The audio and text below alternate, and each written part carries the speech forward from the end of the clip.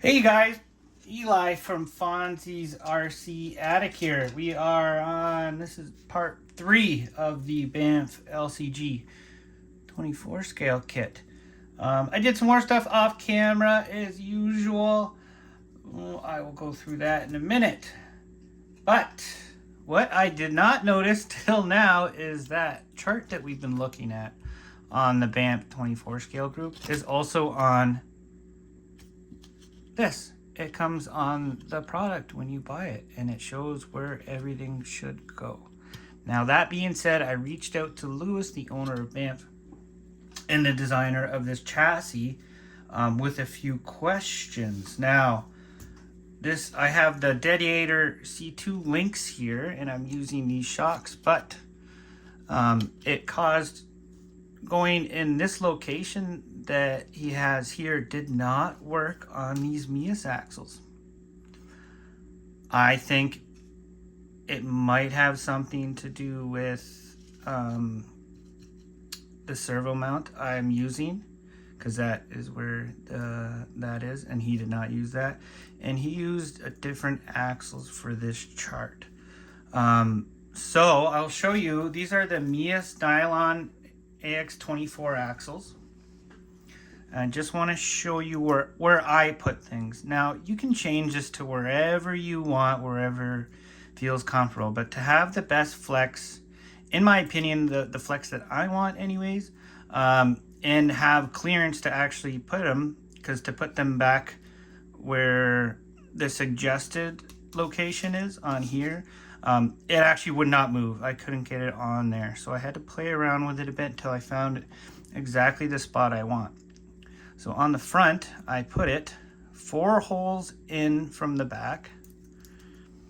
Here, I'll get a little pointer here. 1, 2, 3, 4th hole in, top row. My shock, I put it right at the tippy top.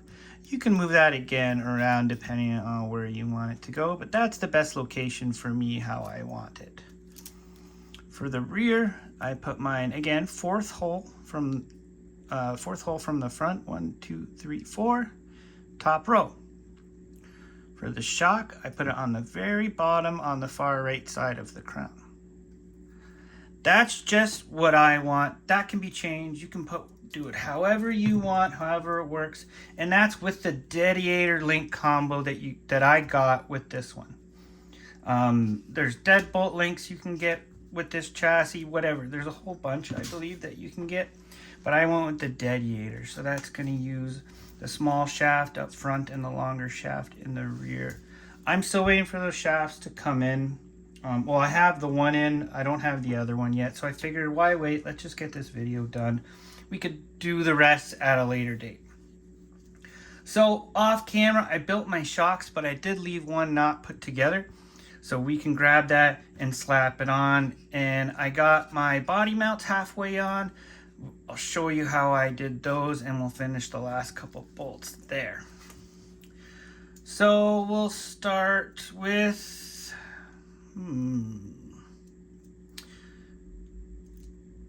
we'll start with the body mounts, actually. So these body mounts, put them wherever you want, but I like to use them also as a little chassis brace. So wherever I put my shocks, instead of using a nut on the inside, I actually just use the body mount that he sends with the kit to use, so it's double purposed.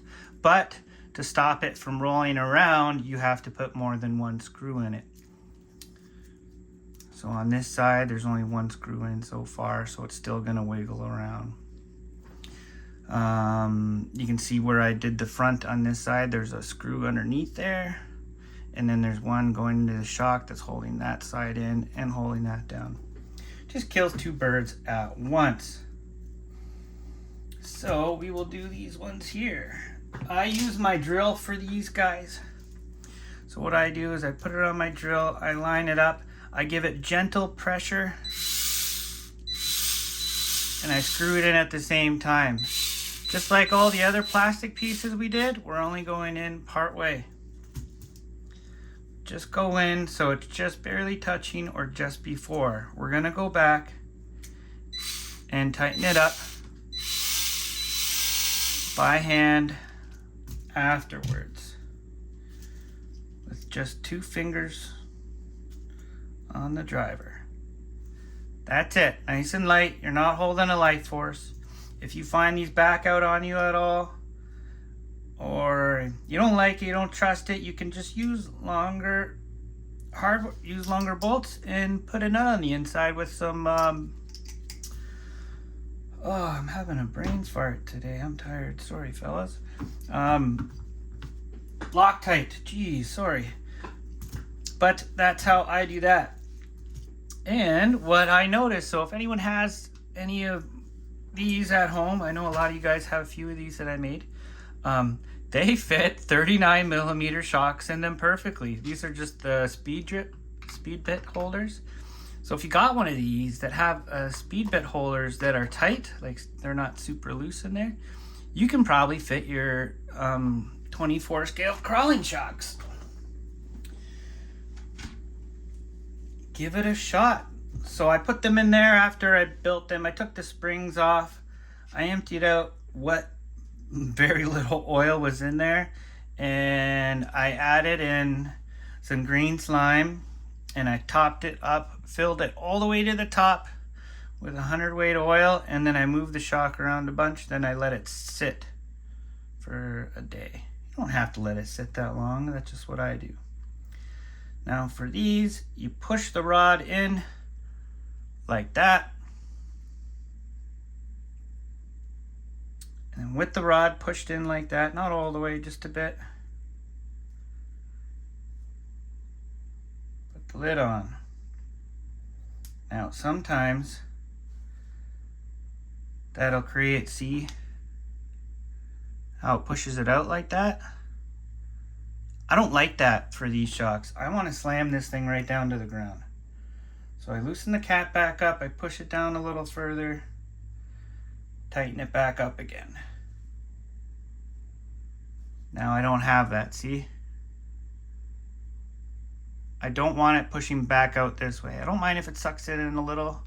See, it sucked it in there like a millimeter or two. I don't want it pushing back up. I don't want any force up. That's why I don't run springs.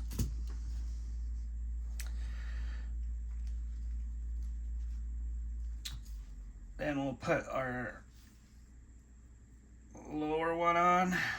Actually, first, I'm all out of squirts because this one's already half built. Then we will take, this is the little Allen wrench that comes in with the Injora shocks. Put your pivot ball on there like that. Maybe I'll zoom in for this part. Let's see, can I do it? Yeah, there we go. It'll focus. Then slide your washer on.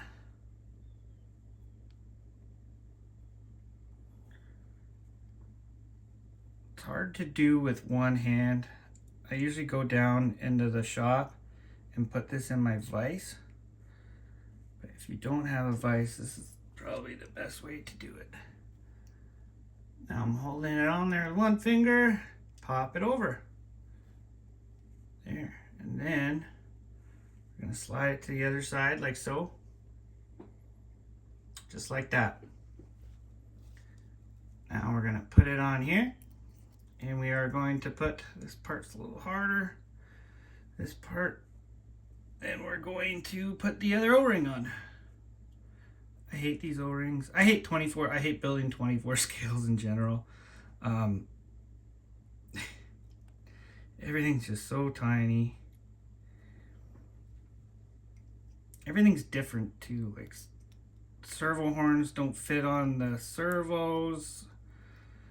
Or the servo horns will fit on the servos, but then the bolts that you need to hold them on don't fit through the freaking rod end that you're trying to put it on through. It's just a ball of wax, everything on these.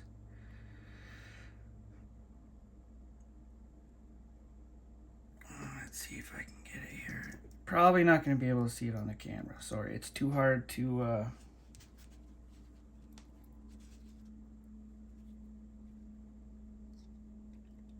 show you and do it at the same time.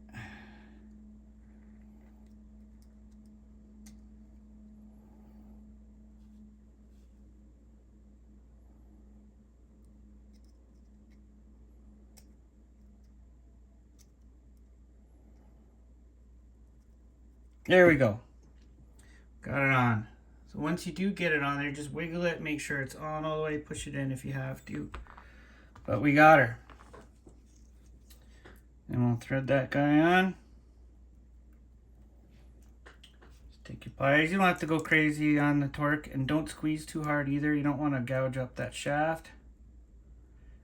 If you have shock pliers, even better. They won't gouge them. Make sure everything's tight, and we are good there. Now, as you can see, the clearances are tight on these. So you don't get it to rub on the chassis under twist. See how it's almost hitting the chassis there? You got to put spacers on. Spacers in between. So we got 2 small ones there and 1 medium one on the bottom, or 2 mediums, or I don't know. But you just keep at them, make them the same until you can get full flex without rubbing on anything. Now the same for the front, and you can see there is a screw there that I have holding this body mount on. Already checked, we're good. I actually had to add extra spacers up front because we were just about rubbing. I took a piece of paper, put it behind there, put it under full flex, and the paper still moves, so we were good. All right, so on this side, we got our body mount on there. We just got to do the shock. So away we go. A lot of guys do these upside down or right side up, whatever. They say, I asked my buddy, because a lot of people tell me different things. Some people do it and they have no fucking idea why. But they say, because all of your weight's up here on this part of the shock, they run them upside down to get your center of gravity lower. I agree, but at the same time, you're going to get dirt and stuff going in that shaft, and now it's forcing itself into that shock. I don't want that, so I'm just going to leave it like this, because I do run these things outside. And ultimately, the difference in weight isn't too crazy. If you're going like full out comp rig, sure, run it upside down. But for me, I'm going to run it this way on this guy. Do it whatever way you would like. We're going to put our screw in here. And we are going to use our drill. Put our screw in, and then our spacer. This is, I think it's the medium one in the set. I actually used every single spacer, I think, from the Mias axles for this. For these shocks. From the Injora shocks. Ugh. Sorry, my brain's other places today. But I wanted to get this done for you.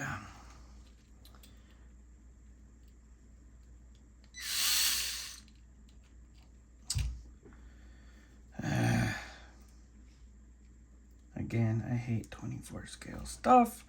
It's so small. They're fun to drive though, and it's nice in the winter up here in Canada. We can drive them inside. I'm just gonna use the hand driver.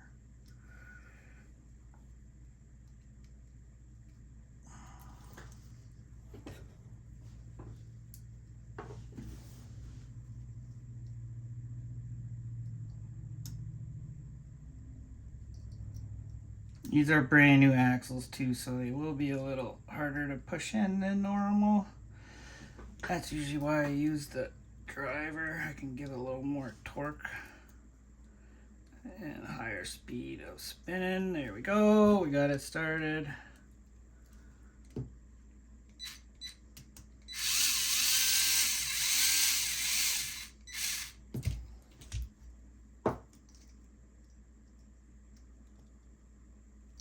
There we go. And for the top, same dealio.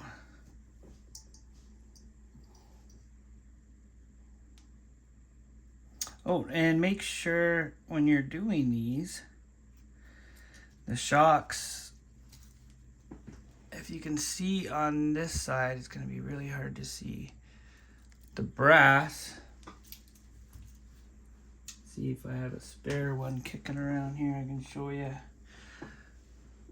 The brass on one side has almost like a washer type, and then nothing on the other side. So that big washer side, we want going outwards. We want our screw to go in this way. This way it cannot slide off of there. The shock will not be able to slide off.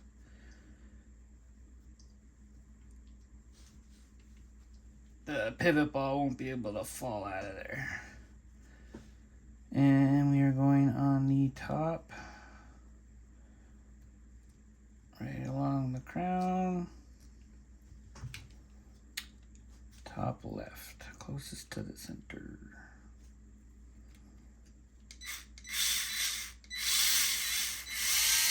We got her started, so we're gonna switch to hand here.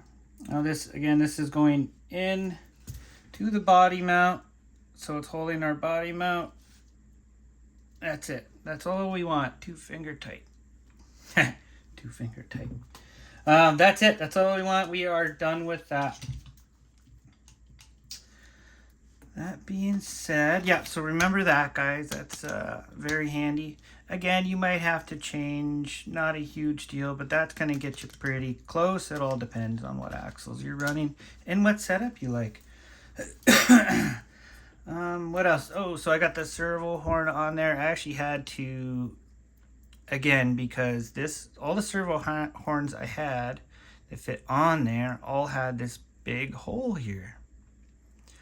Well, problem with that is these rod ends have a 1.4 hole. So the bolts wouldn't go in and thread in. So I had to use a regular, one of these bolts, put it through, and then use a nut on the other side. That will hopefully change. I don't want to keep it like that. I'm gonna try to find a servo horn that will fit on that servo and have a small hole on here so I can thread it. It was either I do that or I use the plastic servo horn that came with these servos.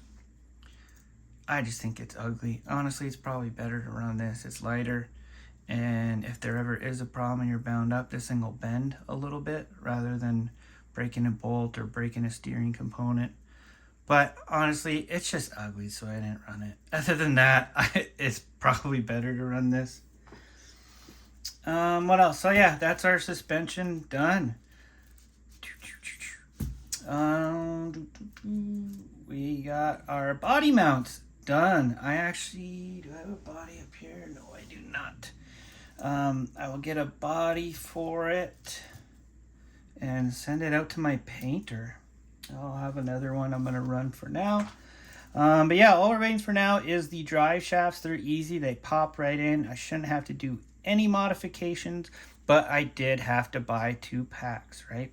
1 pack, deadbolt, SCX24 deadbolt, and the other one was SCX24 Gladiator. 1 shaft from each pack. It sucks, but that's how you get a short front and a long rear. That's the ideal situation. That's what we're going for here. I do have a BKTT ESC downstairs. We're going to mount that up. It's got a 5 amp BEC built into it. So these servos actually come with direct power wiring. So you can hook that up and run direct power to the battery for that servo. I haven't done that on any of my builds yet for these. I do like these Rampcrab servos. There's obviously better. The Big Kid Tiny Truck one's way better. NSDRC better. But for the $15 for this, and it comes with direct power, you can't beat that. Now that direct power is only going to run on 2S, but with the torque and power from this Big Kid Tiny Truck ESC and motor, I really don't think you need more than 2S. I run 2S on my other rig, and it's awesome. And it's 4-wheel steer with NSDRC servos. that aren't direct powered, and I still have tons of power. So I really don't think it's needed to go 3S. Now, if we wanted to get crazy, sure, but I actually might try this time just cause I want to. I've never done it before.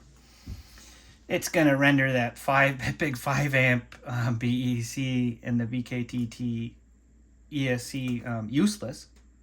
Way overkill, but hey, we'd rather be overkill than not have enough. That's where I'm gonna leave it tonight, guys. That's as far as we're gonna go. As soon as I get the drive shafts in the mail, actually they're in my mailbox in Buffalo. I just gotta go pick them up.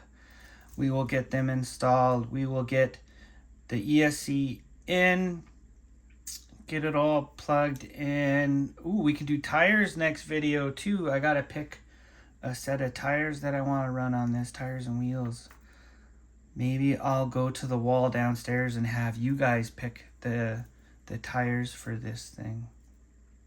Yeah, I'll let you guys pick what your favorite is. I'll post pictures and you guys can all pick what tires we're gonna run on this fella. All right, guys, thank you very much. That's as far as we're getting today. I will let you know as soon as the parts come in. And don't forget, any questions, you can go to this group, BAMF 24 LCG V1 chassis owners. Comment in there, message somebody, me, Lewis, anyone. A lot of people in here will help you. Very informational. All right, thanks guys, and have a wonderful day.